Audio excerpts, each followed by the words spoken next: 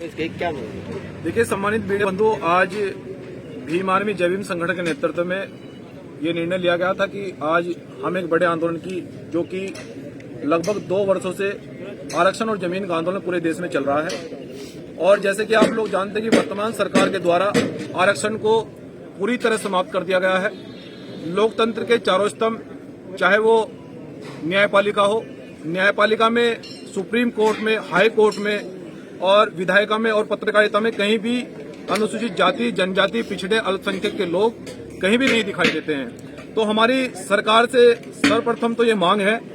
कि न्यायपालिका में, सुप्रीम कोर्ट में और हाई कोर्ट में और जिला न्यायालयों में ये जो SC, ST, OBC और माइनॉरिटी की जो सीटें हैं उसको सरकार सार्वजनिक करे और जो कार्यपालिका है उसकी भी सभी सीटों को सार्वजनिक किया जाए, क्योंकि SC, ST, OBC माइनॉरिटी की सीटों पर आज भी जिस प्रकार से दलित मुस्लिमों का उत्पीड़न और उनका आरक्षण को जो दूसरे लोग आज उनको हथियार बनाकर इस्तेमाल कर रहे हैं, और जिस प्रकार से दलित मुस्लिम लोगों को आज बड़ी बेरहमी से जिस प्रकार से उनके साथ में उत्पीड़न किया जा रहा है, तो भीम आर्मी जय भीम संगठन के नेतृत्व में आज ये निर्णय लिया गया था कि आरक्षण और जमीन का जो आंदोलन हम लोग काफी वर्षों से चला रहे हैं उसको हम लोग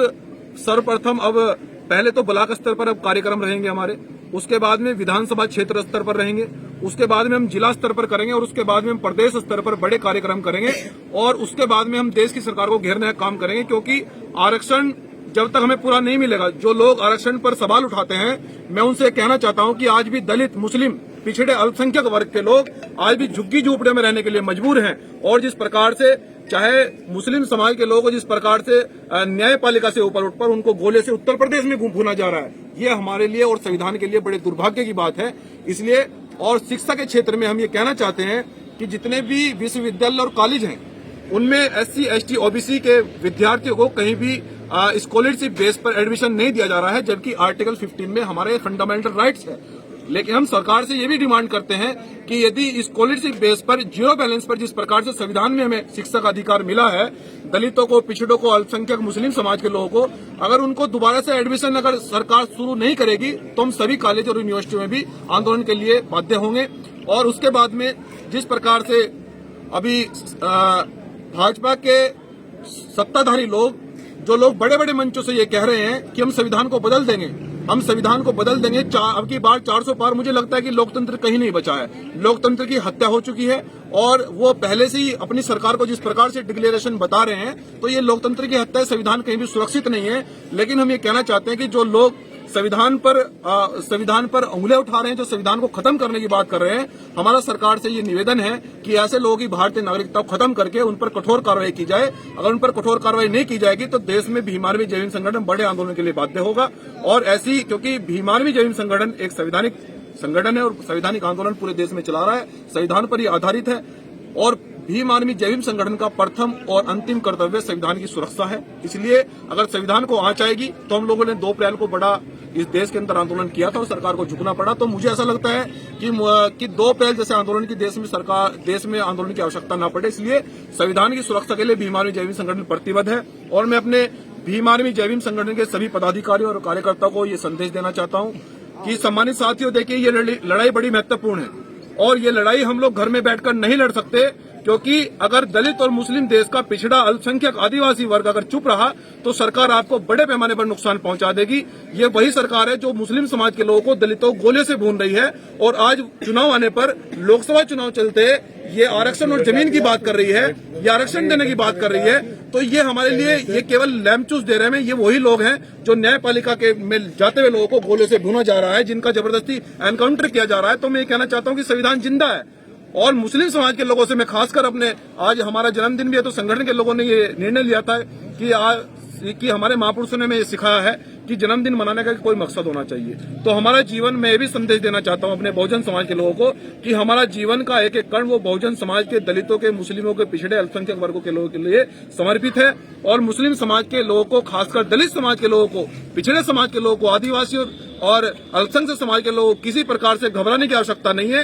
क्योंकि इस देश के अंदर संविधान जिंदा है। संविधान की सुरक्षा के लिए हम लोग प्रतिबद्ध हैं कि सरकार से किसी प्रकार से डरने की आवश्यकता नहीं है। और जो लोग विधायिका में, जो लोग तीनों सदनों में चुनकर आरक्षित सीटों पर जा रहे हैं और वो संविधान आरक्षित सीटों को ही हथियार बनाकर दलित मुस्लिम पिछड़ों के अधिकारों की दबाने की बात कर रहे हैं, उनके अधिकारों की आवाज को नहीं उठा पाते हैं, तो जनता से और खासकर दलित और मुस्लिम पिछड़े लोगों से मेरा स्पेशल ये निवेदन है कि आरक्षित सीटों पर ऐसे एमपी एमएलए को न चुने आप, जो कि आप लोगों के अधिकारों को वो समाप्त कराने का काम वो सदन में कर रहे हैं। हमें ऐसे एमपी एमएलए को चुनना है जो कि आपकी आवाज को रोड पर लड़ सके, आपकी आवाज को वो सदन में मजबूती से रख सके। जब हत्या होती है तो कोई नहीं बोलता है, वहां भीम आर्मी जय भीम संगठन के लोग जाते हैं। अभी उत्तर प्रदेश में अभी कौशाम्बी में एक व्यक्ति को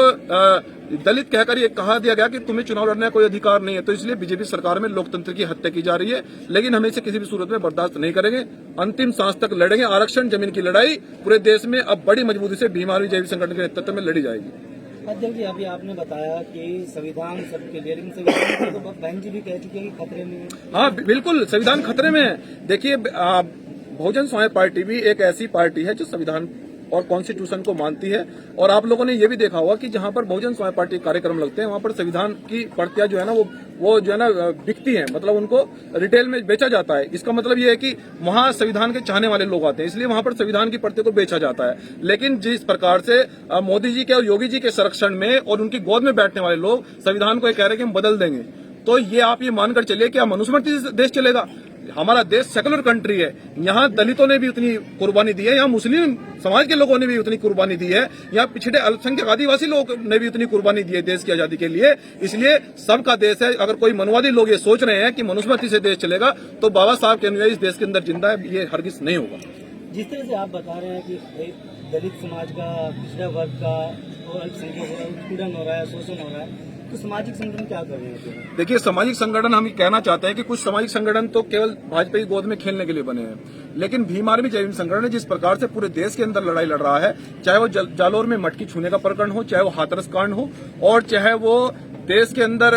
उन्नाव का मामला हो, चाहे वो गोरखपुर का मामला हो, जितनी भी बहन बेटियां या दलितों, पिछड़ों को, मुस्लिमों को मारा जा रहा है, तो कोई घटना ऐसी नहीं होती जहां भीम आर्मी जय भीम संगठन के लोग नहीं पहुंचते। इसलिए हम तो ये चाहते हैं कि लोकतंत्र में अगर भीम आर्मी जय भीम संगठन को ताकत मिलेगी तो ये लोग जितने भी हत्यारे हैं इनको हम लोग इलाज कर देंगे इनका, क्योंकि हम चाहते हैं कि हमें कलम में भी ताकत दी जाए, लेकिन यहाँ पर लोकतंत्र की हत्या की जा रही है। तो हम आज अपनी आवाज को सामाजिक आंदोलन के माध्यम से उठा रहे हैं। कल हमें अगर अवसर मिलेगा भीम आर्मी जय भीम संगठन को, तो हम लोकतंत्र में भी आएंगे तो इलाज कर देंगे। अच्छा, एक बात जैसे बहन जी ने अपना उत्तराधिकारी आनंद को बनाया है जी, अभी जो है वो 4-5 सभाएं छोड़ के भागे, क्या मतलब है इसका? नहीं, ये देखिए हमारी जानकारी में नहीं है कि उन्होंने सभा छोड़ा है, परंतु जो भी बहन जी ने निर्णय लिया है तो केवल एक मुकदमे डर गए क्या? देखिए, हम वही बता रहे हैं कि हम ये कहना चाहते हैं कि यदि ये मामला